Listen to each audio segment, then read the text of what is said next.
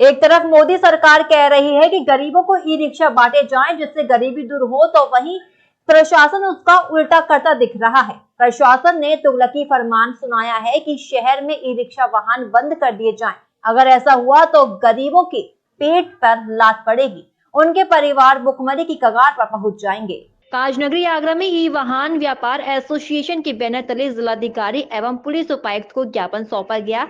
ये ज्ञापन पुलिस उपायुक्त के उस आदेश के विरोध एवं आदेश पर पुनर्विचार करने के लिए सौंपा गया, जिसमें आगरा शहर में नए ई रिक्शाओं व ऑटो रिक्शा का पंजीयन 10 जनवरी 2024 से बंद करने को कहा गया। आगरा ई वाहन एसोसिएशन के पदाधिकारियों ने विरोध प्रकट करते हुए बताया कि शहर में यातायात व्यवस्था को बिगाड़ने की बात कहकर अधिकारियों ने ये फरमान सुनाया है, लेकिन यातायात व्यवस्था के बिगाड़ने या जाम लगने की असली वजहों से मुंह फेर लिया है। इन्होंने बताया कि शहर में हजारों की तादाद में अवैध वाहन चल रहे हैं, जिनमें पैडल से चलने वाले मोटर फिट रिक्शा बड़ी तादाद में है। साथ ही कई ऐसे वाहन भी शहर की सड़कों पर फर्राटा भर रहे हैं, जो शहरी सीमा में पूरी तरह से प्रतिबंध हैं, या ये कहें कि जो देहात क्षेत्र में चलते हैं। लेकिन इन वाहनों पर लगाम कसने की बजाय ई रिक्शा और ऑटो जैसे वैध वाहनों की पंजीयन बंद करने का तुगलकी फरमान सुना दिया गया है। इन लोगों का कहना था कि इस आदेश को यदि धरातल पर अमल में ला दिया गया तो परिवार भुखमरी की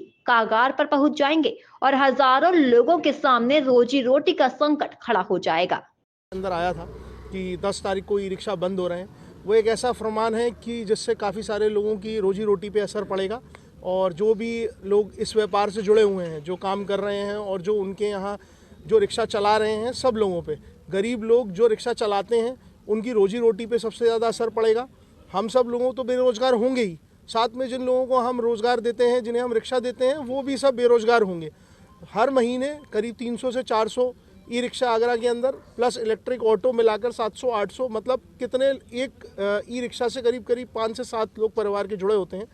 सब लोगों को इफेक्ट होगा, और महीने के अंदर कितने लोग बेरोजगार होंगे आप ये खुद सोचिए। सरकार ने इसके बारे में बिल्कुल नहीं सोचा, ना हमारे बारे में सोचा। हम इतने सालों से व्यापार कर रहे हैं और आज हमारा व्यापार बिल्कुल एकदम 10 दिन में इन्होंने हमें नोटिस दे दिया कि ख़त्म कर दीजिए, आप बंद कर दीजिए। हर किसी के अपने अपने सर्कमस्टांसेस होते हैं, किसी के बैंक से लोन है, किसी का कुछ है, किसी के बारे में कुछ नहीं सोचा गया। इसमें हमारी है, हमने एक स्लोगन दिया है, एक व्यापारी की पीड़ा। आप लोग देख सकते हैं, एक व्यापारी ही नहीं वरन हम लोग व्यापार करते हैं, अलग अलग बैंकों से लोन लेकर के करते हैं। आज पुलिस आयुक्त महोदय ने एकदम से 10 दिन का ज्ञापन दे करके, 10 दिन की विज्ञप्ति दे करके हमारे व्यापार को तहस नहस कर दिया। आज हम लोग लगभग 100 से 200 दुकानदार हैं आगरा के। 200 दुकानदारों के यहाँ लगभग 500 लोग कर्मचारी हैं। 500 के अलावा 5000 रिक्शे चलाने वाले हैं। 5000 के अलावा उनके लगभग अगर एक परिवार में 5 मेंबर मान लें तो 25 से 30 हज़ार मेंबर हैं जो इमीडिएट इफ़ेक्ट से प्रभावित हो गए हैं, जो भुखमरी की कगार पे आ गए हैं।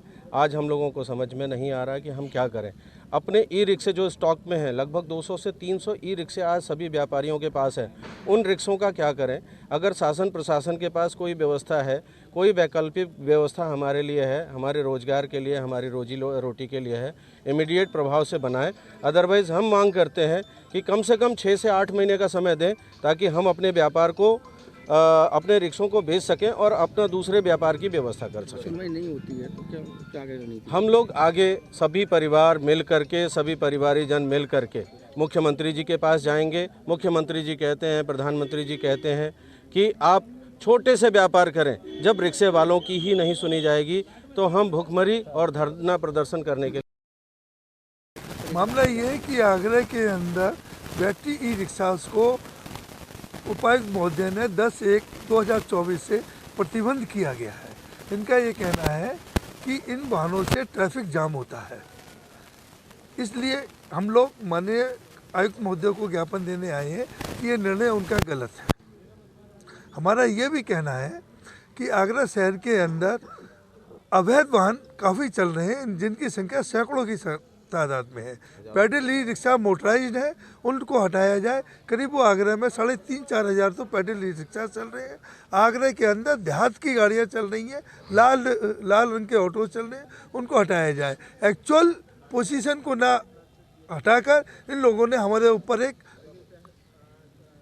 गलत निर्णय लिया गया है। इनका ये कहना है कि 20,000 गाड़ियाँ चलती है, जबकि हमारा कहना है कि आगरा के अंदर मात्र 10,000 ही ई रिक्शा चलती है, क्योंकि इनकी एक 2016 में एक मीटिंग हुई थी, उसमें निर्णय दिया था कि इनकी गाड़ियों की लाइफ 3 साल है। आरटीओ आगरा से उनको एक आंकड़ा ये भी लेना चाहिए था कि कितनी गाड़ियों की फिटनेस है और कितनी गाड़ियों के टैक्स जमा है, उसमें ये इनको देखते कि एक्चुअल पोजीशन क्या है। बहरहाल आगरा ई वाहन एसोसिएशन के पदाधिकारियों ने अधिकारियों से ज्ञापन के माध्यम से इस आदेश को वापस लेने की गुहार लगाई है। साथ ही यातायात व्यवस्था को बिगाड़ने की असल वजह तलाशते हुए उन वजहों पर काम करने की मांग की। लेकिन देखने वाली बात ये होगी कि आलाधिकारी इनकी इस ज्ञापन को संज्ञान में लेकर इस मामले में क्या कदम उठाते हैं। प्रातः दर्पण न्यूज के लिए आगरा देहात से कन्हैया लाल दुबे की रिपोर्ट।